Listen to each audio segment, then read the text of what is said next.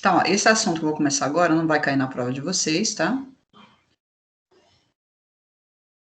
Então, dando prosseguimento aqui. Agora, sim, eu não vou falar mais, não vou falar dos efeitos do álcool, gente, que os efeitos do álcool vocês vão ver em outras matérias. Então, não cabe aqui a gente ficar discutindo também todos os efeitos do álcool, tá? Por isso que a gente reduz, só discutir o metabolismo.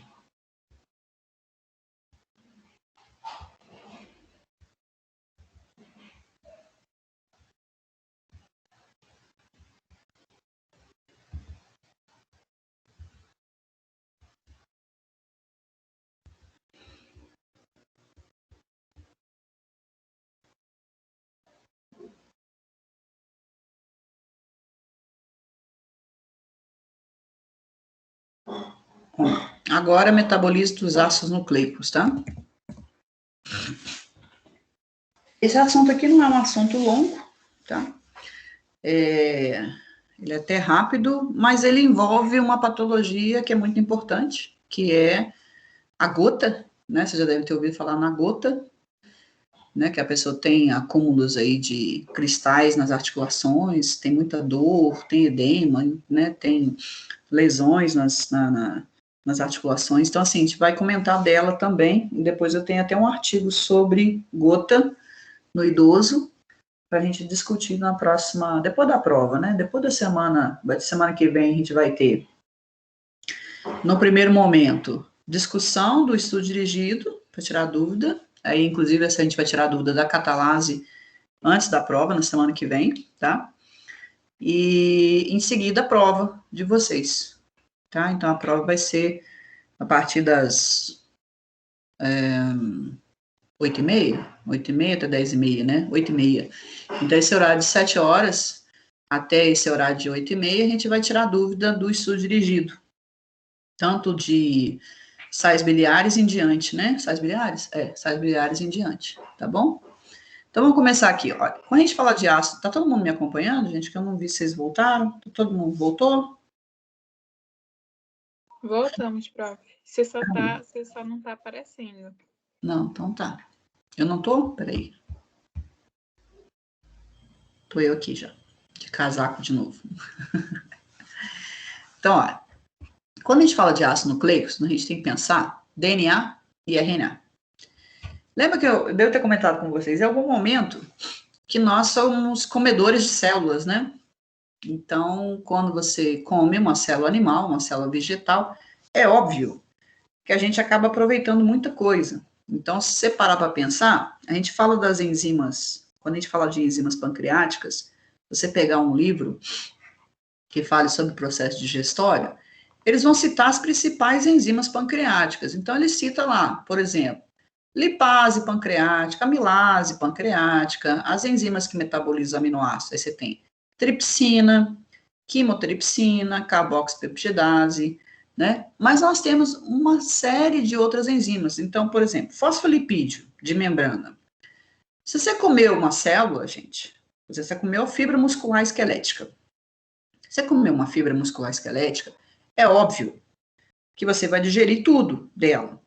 Então, não é só a questão do aminoácido, a proteína em si. Então, você tem que lembrar tudo que tem na fibra muscular esquelética do boi, que é a mesma que tem na gente. Então, pode ser que tenha glicogênio lá dentro, pode ser que você metabolize o glicogênio lá que está dentro da célula, da fibra muscular. Você tem fosfolipídio, membranas plasmáticas. As membranas plasmáticas têm fosfolipídio e proteína. Então, eu tenho fosfolipase.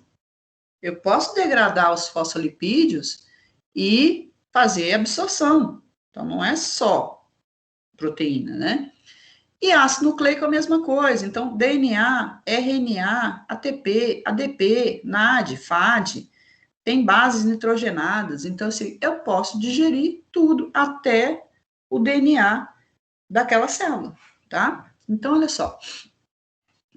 Vamos pensar primeiro aqui na estrutura, para depois a gente pensar na digestão, tá? E outra, nós também produzimos. Então, todas as suas células produzem RNA mensageiro, aquelas células que duplicam ainda produzem DNA. Então, por exemplo, uma célula que perdeu a capacidade de duplicação, você não vai ter duplicação do DNA. Mas aquela célula que continua em processo de mitose, ela tem que produzir DNA.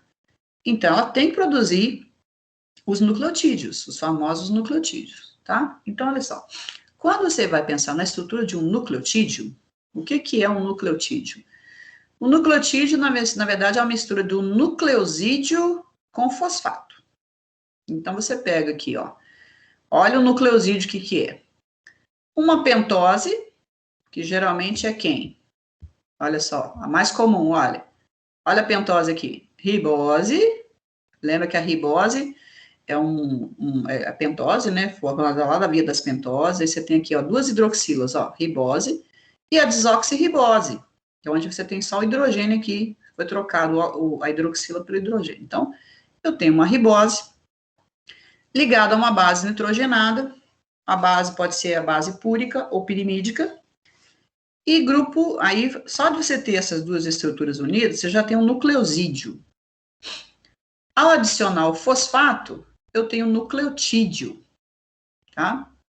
Lembrem que, quando eu dei a primeira aula de bioquímica para vocês, eu comentei até a estrutura do ATP, do ADP e do ATP, que eu mostrei que, por exemplo, se eu tiver lá a base, a pentose sendo ribose, a base adenina, aí que o nucleosídeo seria adenosina.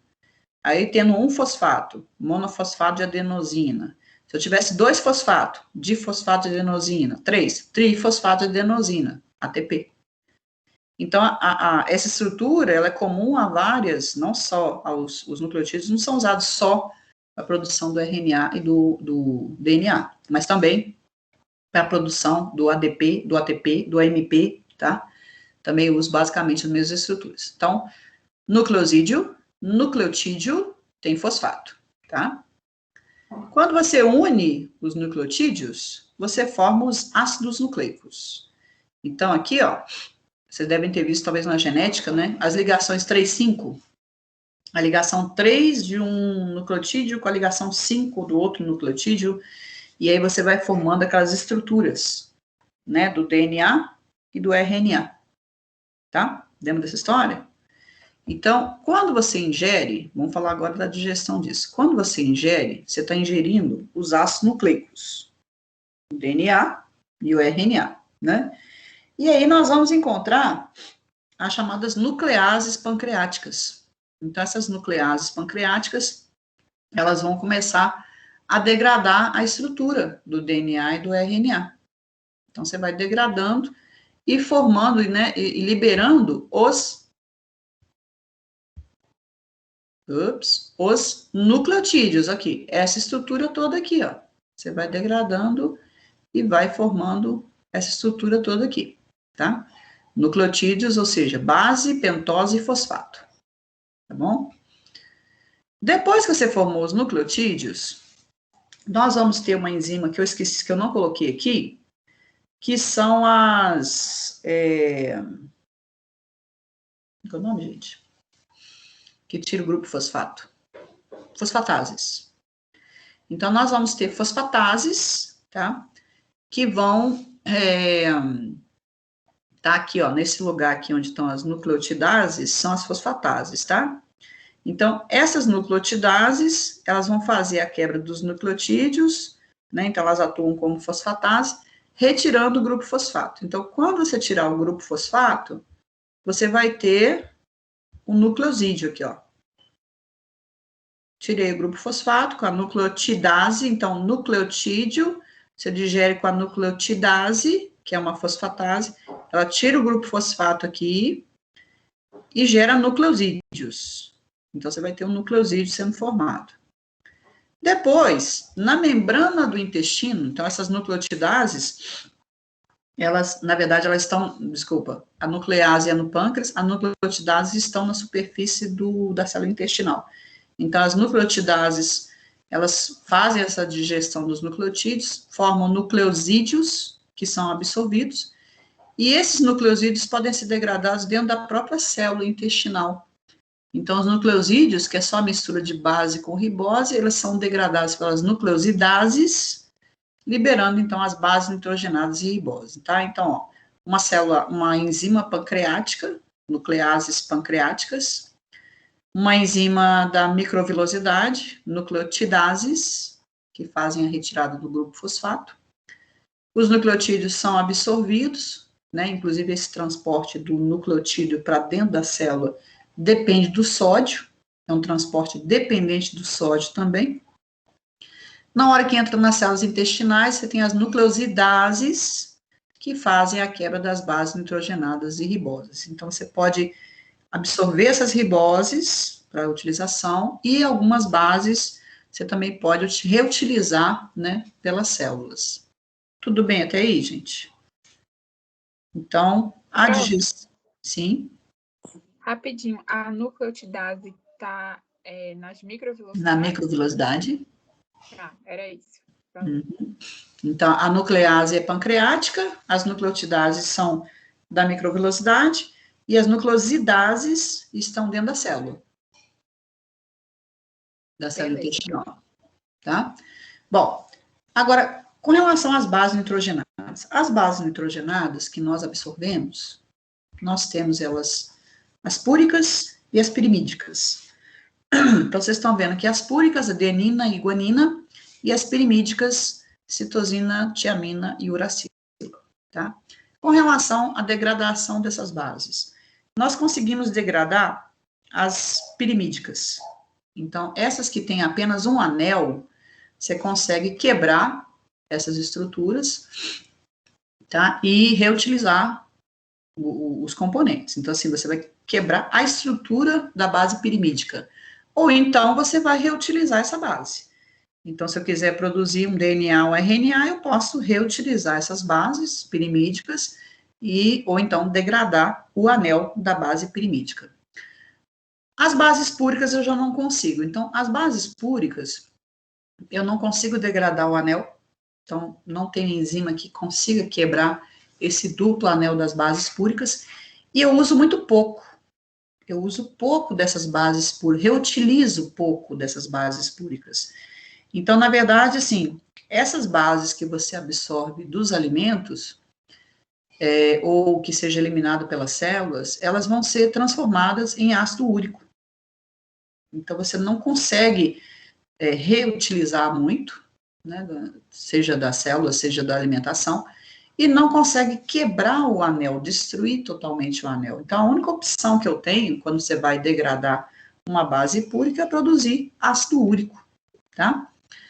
Então, olha aqui, quando você tem aqui as bases, olha só, eu tenho aqui o exemplo do AMP, do GMP, onde eu tenho a base adenina ou a base guanina, né? Então, olha só que eu consigo. São várias reações químicas, aqui está mostrando para baixo, mas tem as duas, né? Para baixo ou para cima.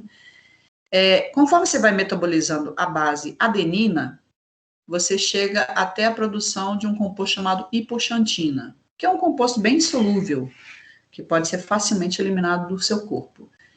E a guanosina, ou guanina, né, quando você vai degradando a outra base púrica, você produz xantina. Essa hipoxantina derivada da adenina e a guanosina formando xantina aqui, todas as duas são metabolizadas pela mesma enzima. Então, olha só, a hipoxantina, ela pode ser metabolizada pela xantinoxidase em xantina. E a xantina pode ser metabolizada pela mesma enzima em ácido úrico. Então, essa enzima, ela é essencial para que você consiga metabolizar tanto a adenina quanto a guanina.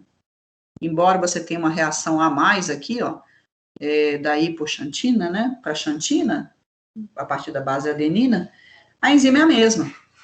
A mesma enzima metaboliza, faz as duas reações químicas, tá? Então, essas duas bases, a adenina e a guanina, as bases púricas, né, eu vou ter que metabolizar, tá? E o fígado é o meu principal metabolizador dessas bases. Aí você vai transformar, depois de várias reações químicas, transformar a adenina em hipoxantina, a guanina em xantina, só que a hipoxantina é transformada em xantina pela xantinoxidase e depois se transforma em ácido úrico, tá? Esse ácido úrico, gente, ele tem uma ação antioxidante interessante. Então, apesar de ser um catabólito, né, a gente considerar ele apenas como um catabólito, ele tem uma ação de neutralização de radicais. Então, ele não é uma só uma substância inútil que você vai eliminar do seu metabolismo. Não, ele tem uma ação interessante de neutralização de radicais livres. Só que ele é normalmente secretado, tá? Então, quando chega lá nos rins, vocês estão vendo aqui que os rins, eles filtram, então existe uma filtração do plasma, que você pode filtrar o ácido úrico.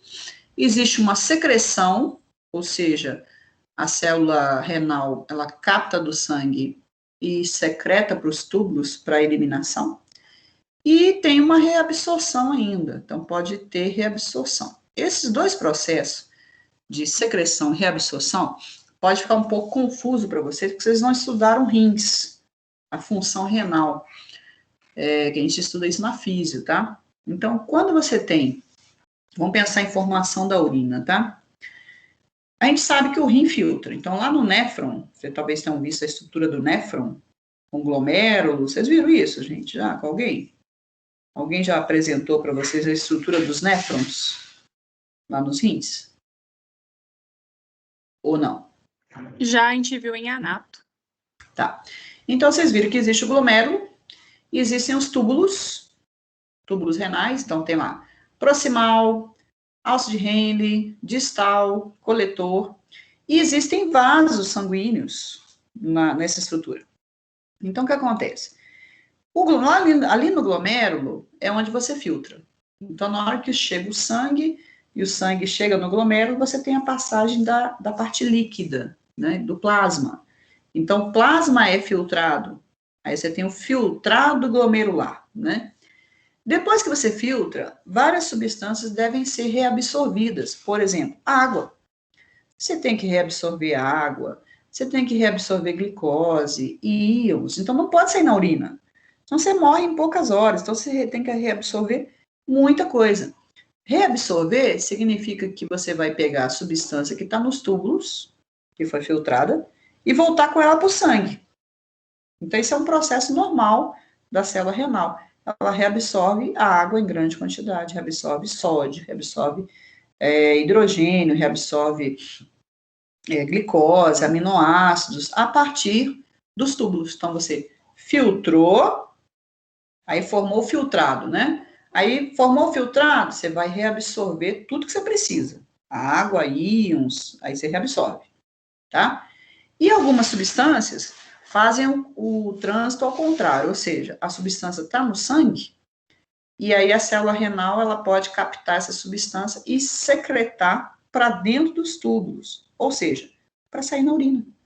Porque o que está ali nos túbulos, você vai processar o filtrado, e depois que você processa, vira urina, tá? Então, do glomérulo, quando a substância chega, quando o plasma chega no glomérulo, você forma o filtrado glomerular.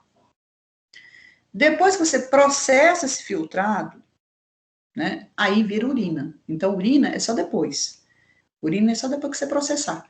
O que é o processar? Eu vou reabsorver coisas que eu preciso, eu vou secretar coisas que eu não preciso, e aí você vai formar a urina no final. Lá no final do tubo coletor, você já formou a urina, tá?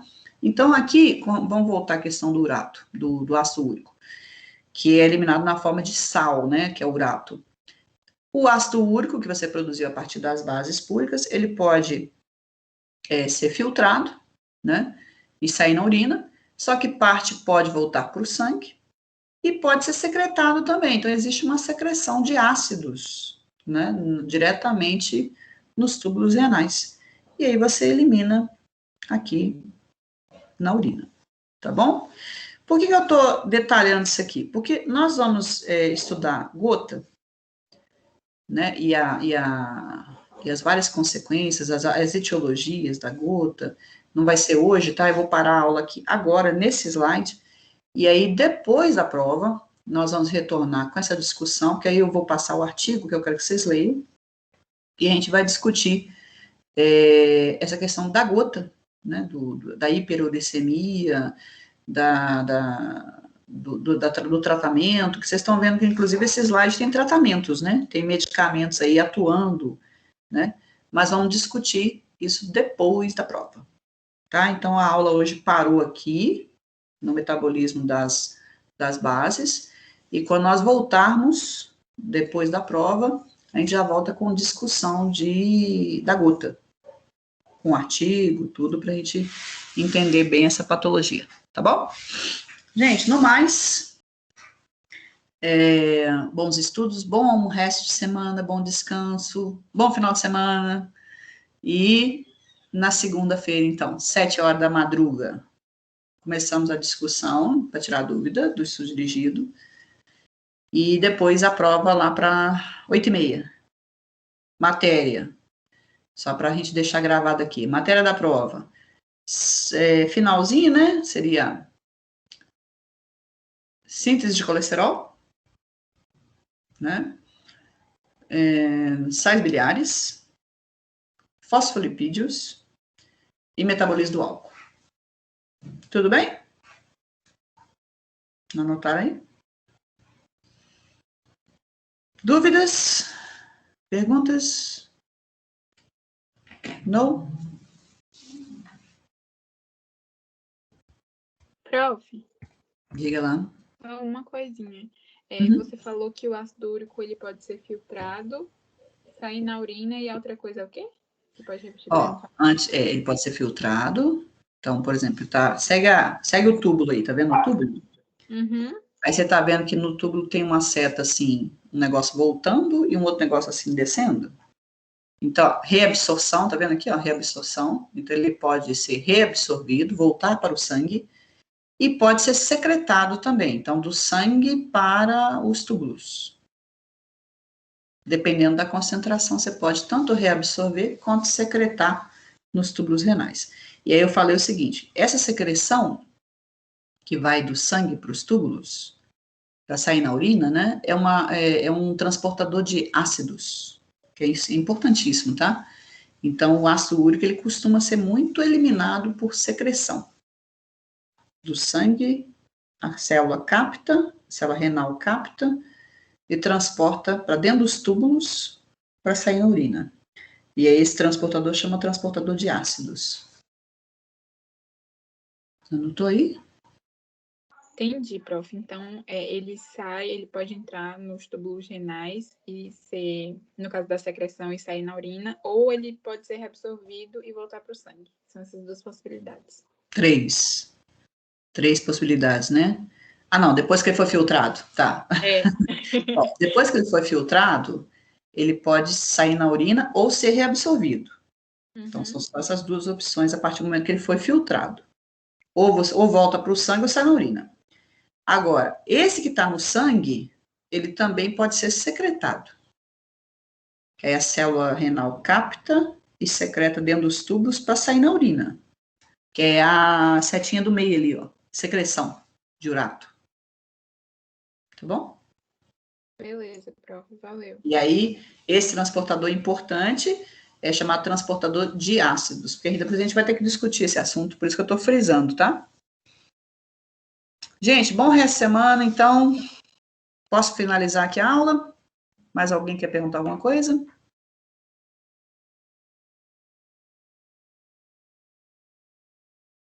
Não? Então, tá bom. Então, boa semana para vocês. Lembra que a gente comentou sobre o negócio do material reciclado, né? Quer dizer, se vocês já tiverem e quiserem juntar, quem mora em Betim, tá, gente? Porque eu não vou buscar lá em São Paulo, não. Tá bom? Beijo para todo mundo, boa semana, bom descanso, bons estudos, boas aulas e protejam-se. Obrigado. Obrigado, bom resto de semana para vocês. Valeu. Essa semana, pronto. Eu queria tanto você lá em São Paulo. Mas tem muita gente em São Paulo fazendo a mesma coisa, não tem não, Stephanie? O quê? Você queria que eu estivesse aí em São Paulo? Não, eu falei que você falou, não vou lá em São Paulo buscar. Eu falei, podia ir, seria bem-vinda. Não, tá muito frio aí, Stephanie, não vou. São Paulo, no inverno, Deus me livre. Deus me livre. Ai, eu amo, já tô com saudade. O pessoal tá falando, nossa, tá muito frio aqui em Betim. Eu tô, gente, tá frio. Não, mas São Paulo é São Paulo. São Paulo é frio demais. Mas é como tem Petrópolis, também Petrópolis é frio demais. Elas por elas, né? Quando eu vim para Minas Gerais, eu ainda fui morar numa cidade horrorosa de frio, que é Ouro Preto. Quem já foi em Ouro Preto sabe o que eu tô falando. O frio de Ouro Preto é o frio do cão. Só que eu fui visitar uma outra cidade também que, nossa, eu nunca passei tanto frio na minha vida como eu passei na Cidade das Águas, como é que é o nome? Lá no sul de Minas, gente. São Lourenço. Nossa Senhora, o que é aquilo, gente? Fui passar lá, tinha um congresso em São Lourenço. Eu fui para lá, fez só Jesus naquela friagem. Credo. Eu achei que Ouro Preto era fria, quando eu conheci São Lourenço, eu quase teve um troço. Eu gosto de Curitiba, lá chegava em Não. com sensação térmica de -5. Uhum. Não. Eu não tenho preparo estrutural para um frio desse. Eu não tenho terceira de pouso, então, assim, eu não consigo me manter aquecido. Então, na hora que eu sinto a dor no corpo. Eu tô com frio, eu começo a sentir dor nas costas, de ficar encolhida, dor no ombro. Eu falei, não, porque eu não tenho tireoide. Meu grande problema não é só terceira de pouso, não. É que como eu não tenho mais a tireoide, e vocês vão aprender isso semestre que vem, uma das vias de produção de calor eu perdi. Eu não consigo produzir muito calor, porque eu não tenho hormônio da tireoide. Então, assim, eu tomo comprimido todo dia de manhã. Mas não é o suficiente. Na época de inverno, por exemplo, quem tem tireoide, produz mais hormônio, produz mais calor, aumenta a taxa metabólica, mas quem não tem hormônio da tireoide, agasalha, agasalha, põe meia, porque não vai ter jeito, não. É um sofrimento só. Gente, bom resto de semana para vocês, tá bom? Beijo. Ana, pro, bom descanso. Oi? Bom descanso. Obrigada. Tudo de bom, gente. Até mais para vocês.